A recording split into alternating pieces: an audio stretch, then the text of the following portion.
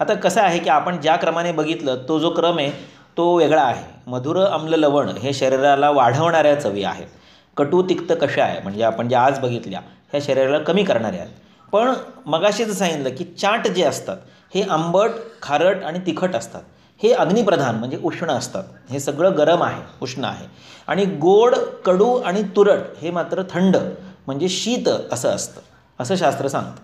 हा अतिशय म्हणजे सामान्यांना समजणारा भाग आहे की काय होतं की मधुर रस जो आहे तो कफाला वाढवतो, पित्ताला कमी करतो आणि वातालाही कमी करतो. म्हणून बघा आपण उन्हातान्हात फिरून येतो मे महिन्यामध्ये आणि खूप थकलेला असतो, तर आपली आई येते आणि किंवा बहीण येते किंवा बायको येते आणि एका ग्लासमध्ये थोडंसं लिंबू पिळते, त्यात चिमूटभर मीठ टाकते, एक चमचाभर साखर टाकते आणि फिरवून आपल्याला देते की ते पिल्या आपल्याला छान वाटतं. कारण मधुर, आम्ल, लवण ह्या ज्या 3 चवी आहेत ह्या वाताला कमी करतात, कफाला वाढवतात, म्हणजे शक्ती वाढवतात आणि आपला जो बलक्षय झाला आहे तो भरून काढतात. असं प्रत्येक 6च्या 6 रसांचं काम आहे की मधुर रस हा कफाला वाढवतो, पित्ताला वाताला कमी करतो.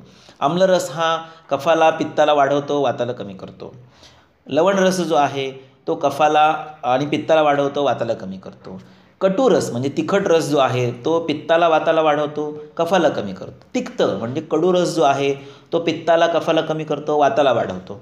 आणि कषाय म्हणजे तुरट रस जो आहे तो वाताला वाढवतो आणि कफपित्तांना कमी करतो. हे उलटंही सांगता येतं की कुठल्या दोषाला कोणते 3 रस कमी करतात, वाढवतात. मधुर, आम्ल, लवण हे वाताला कमी करतात. कटू, तिक्त, कषाय म्हणजे आजच्या 3 चवी ह्या वाताला वाढवतात. असं त्या उलटपालट दोषांकडनं रसांकडे, रसांकडनं दोषाकडे सांगता येतं.